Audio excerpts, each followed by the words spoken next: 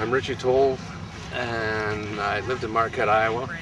When I was about 9 or 10 years old, I used to split wood for Emma Big Bear. She lived probably 3.5 blocks from our home. She lived over in the southwest corner in Marquette, Iowa, in a little house that you could walk underneath and stuff. And I used to split wood under there, and I piled wood for her. And she taught me how to do beadwork. I sit right there and watched her do beadwork. She had 2 orange crates set up with some black cloth over the top where she'd sit real close to the windows. And she'd done this beadwork. And I used to get Emma out of bed real early in the mornings and stuff like that, and sometimes she would be upset with me.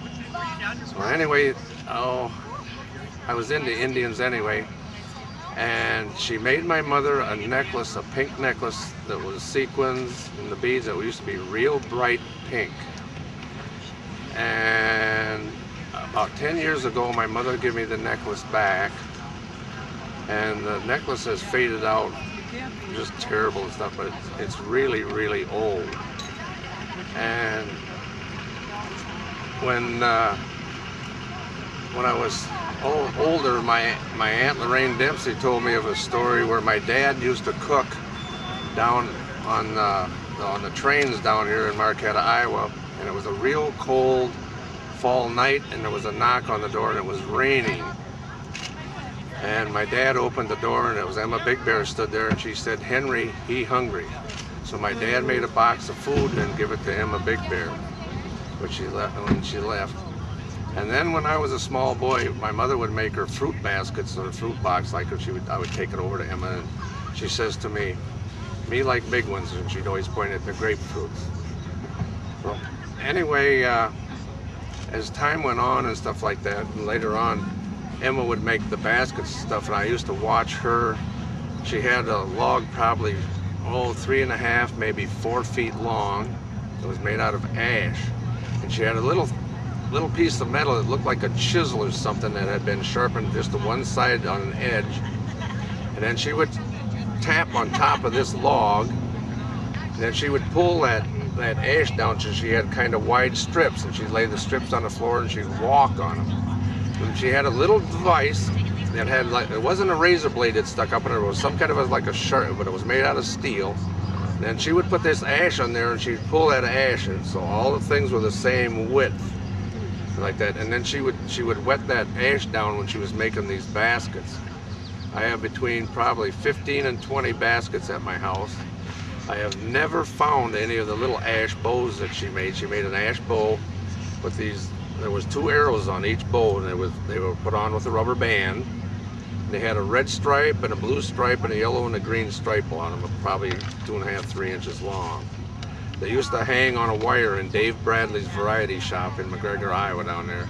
And I've been to auction after auction. I've never ever seen one, so they've all disappeared somehow. And let's see, what else do I know about it? I have a documented deal where Emma had a daughter named Emmeline, and in 1966 I got out of Vietnam in December. In the spring of 1967 I was mushrooming, and I truly believe that I have run into this infant girl's marked grave, but I won't tell anybody where it's at because I want nobody to disturb it. Come up with the proof of it, as this is my wife's family tree, and I was reading through that one night, and it said the day the Indians came, and boy, I woke right up. And that's how. And I put 2 and 2 together because, boom, I'd run into it. So I remember she chewing tobacco and stuff too, like that, things like that, you know. And she always wore these kind of it was like it wasn't like a regular Indian moccasin, but a little thing that come around the edges of her feet, and it looked like it was over there, and they come up a little bit higher on her and stuff, I suppose for warmth and stuff like that, you know. And she wore those kind of dresses down. Squad dresses? Yeah, and stuff. I was only, I know, 9 or 10 years old when I'd go to her place all the time because I was in it. And there used to be a family of Indians that lived right up from her called, their last names were Henry, and I played Indians with Joey Henry. And I've got a picture of me and Joey at home, and I was going to bring it over, and I can't find it. Of her time and stuff, and like they said, she was a true Indian, like, and stuff. When She was an Indian when Indians weren't, you know, looked upon as Indian people. Oh, I think the statue is just fantastic. Just, oh. When they unveiled it, I says to Bev, I says, that's just hers. I grew up on a large farm in Iowa. Okay, I'll start over. It says, the day the Indians came. It says, I grew up on a large farm in Iowa. It was nestled in a lovely valley where the several large cold springs flowing across our land emptied into the Mississippi River just a few miles away. When we moved there, my mother said we should call it Paradise Valley and rainbow trout all summer long without leaving our farm. In the spring, when the swollen river overflowed onto our fields and roads, we would use a boat to get to Oakland, our one-room country school. One day late in May, when I was 9 and my brother Jeff was 3 years old, we were sent to get the cows home from the pasture for the evening milking. With the help of our faithful dog Butch, we hurried along enjoying the fresh green on our bare feet. Butch, who had run ahead to scare rabbits out of a brush pile, suddenly began barking furiously. We ran to him and found him looking off to the road leading to our house. There we saw 2 wagons, each drawn by 2 spotted ponies. Several people were riding in each wagon with a horseback rider and several dogs running alongside. Jeff and I looked at each other wide-eyed and whispered, Indians. Then we raced for home, forgetting all about the cows. We dashed into the house where the family still sat at the supper table. In my hurry to get there, first with the astounding news, I slid on the kitchen floor by the washstand and slammed into the door jamb, cutting a gash in my knee. Oh, that did hurt. I picked myself up, pulled a hanky out of my apron pocket to cover the bleeding wound, and hobbled along after the family. Since they had all hurried out to wait at the yard gate for our unexpected visitors. Why all this excitement about Indians? Well, we had been studying early American history in school, and in a one-room school such as ours, we all listened when the older students recited their lessons. We were all agog over the scalping, arrows from the ambush, and other hair-raising skirmishes between the early settlers and the Indian tribes. We had never even seen a real Indian around our area, so we young'uns were certain that history was about to be repeated when the Indians drove toward us that evening. My father didn't seem worried or nervous as we huddled behind him and my mother at the gate. The wagon stopped and the driver in the lead wagon jumped down, hat in hand, greeting us. He told us that the horseback rider, their scout, had been looking all about the area for a good campsite for the summer. He thought the valley behind our barn was an ideal spot. There was a spring of clear, clean, cold water and plenty of shade for their tents and horses. Nearby was the large state forest which bordered our farm to the west. He said they had been granted government permission to hunt there for ginseng plant whose aromatic root was urgently needed for medicines. It gets better now. Okay. World War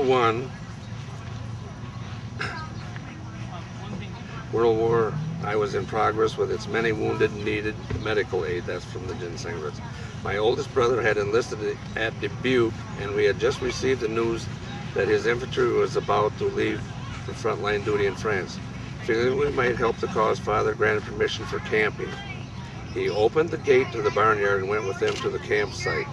For quite some time we stayed our distance from their camp, but we soon overcame our fears as we saw them every day.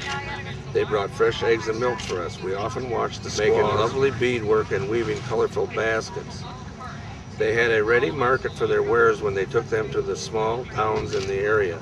The men were harvesting large amounts of ginseng and often fished in our streams or from their canoes on the Mississippi. When they left for their home on the Nebraska reservation in September, we girls were each given a basket or a necklace. We stood at the gate waving goodbye until they were out of sight. They told us they were coming back the next summer. Now it gets good. The following year, when they arrived as promised, we greeted them as good friends. A little papoose had recently been born to Emma and Henry. And when we asked her name, they told us that they were waiting so that our mother could name her. Mother gave her the name of Emmeline, Henrietta. They seemed pleased, and Emma gave Mother a lovely sewing basket. Later on, the pastor of our country church came and baptized little Emmeline in our parlor. She was dressed in the white dress, stocking, shoes, and jacket that had belonged to my little sister. The weeks passed and we noticed that the little baby was often ill. Mother persuaded the parents to let her call our family doctor out to the farm to treat her. He did see her several times, but she did not respond, and we were sad when her father came to tell us that she had died in the night. Father drove with him to purchase a little coffin. They quietly conducted their burial ceremony and then carried her to the edge of the forest preserve. There a small grave had been dug in a sheltered forest preserve, in a sheltered, quiet place, I should say. We saw the grave from a distance when we brought the cows and horses home from the pastures, but didn't go near it until the Indians had loaded their wagons and left again for their winter home. We found the little grave all rocked up to protect it from burrowing animals. That's what I found. A large rock served as a headstone. I believe still today that I could go back and locate the grave site. And it says, our old farm is no longer just a farm. It is a lovely camp. Now I'm not going to read you the rest of it.